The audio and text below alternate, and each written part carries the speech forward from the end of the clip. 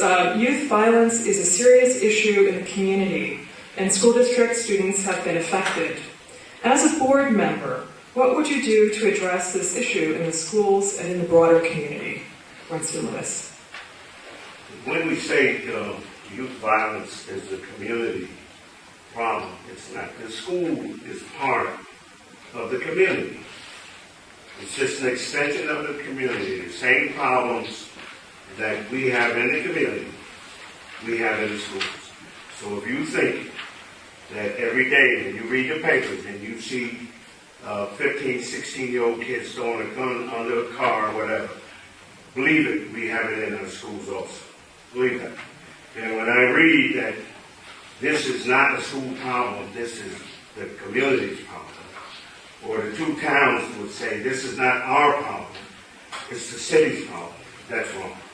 We have to find some way of getting these folks together to work as a team, because it's going to take all of us to try to help each other. Then we know that we have rules at home, and we know we have rules in the school, and we know we have rules in our businesses, etc. But why can't we enforce the rules that we have in our school district?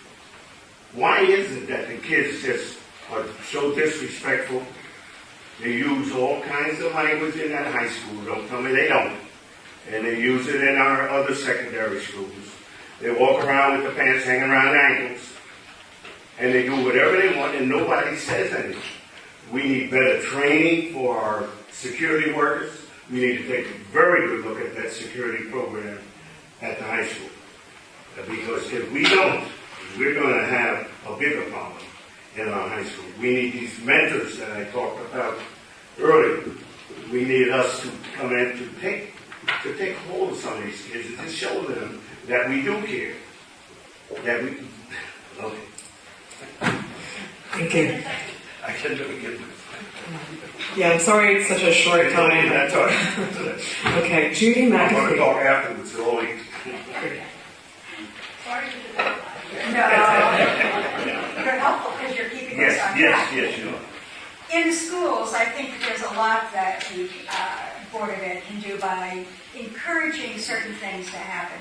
And I agree very much with Mr. Lewis that the community issues are coming into the schools, but what we have to do is try to soften the effect that they have there and to keep them out of our doors as much as we can. So more character building from the time the children start with us, even in kindergarten. I think that you start with the babies if you want them to grow up right. Strict enforcement of our rules. Pop mentioned that, but we've really got some good rules, especially those against violence and bullying. They should be strictly enforced and students held accountable. I think that we need an expansion of the important work that our violence prevention counselor has been doing.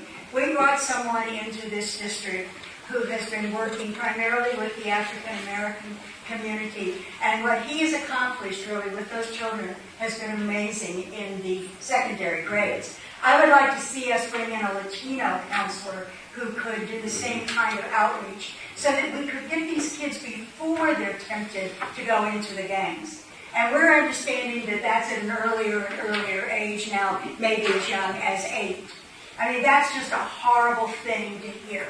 And along with that, I think we need to continue the community resource officers, our cops, if you will, in the secondary buildings.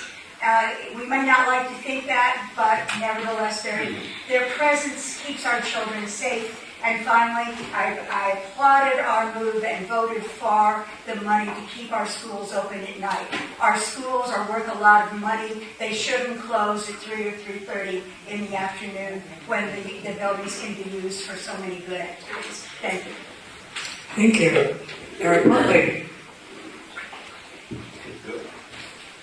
Okay, thank you. Like I said previous, I work in an after-school program, so I see these kids. We need to stick to the zero policy. It's a zero policy. We need to stick to it. No matter what happens, we have to stick to that policy. Something we do at the lighthouse, you cannot wear your baggie. As soon as you come in the lighthouse, I'm at the door. Pull your pants up, young man. take your hat off. That's a policy we set forth. And we do have some of these gang bangers, you know what I'm saying, or gang leaders that are coming to Lighthouse. So these kids want help, but we just have to be there to help them.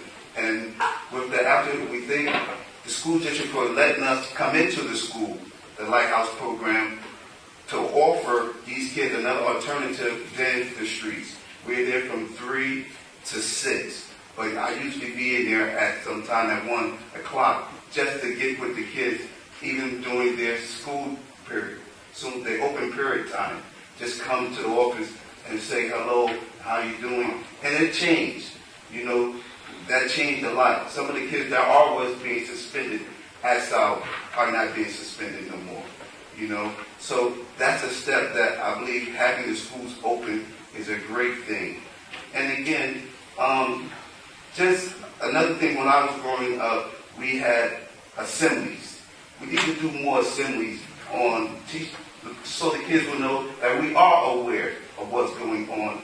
And we did have a young man about 2 weeks ago come in to join the Lighthouse. He joined to recruit younger kids. And we had to put a stop to that. Once we found out, we called the proper authorities and had him removed from that. But not just having him removed, but we put him in another program where he could get help. Thank you. Thank you.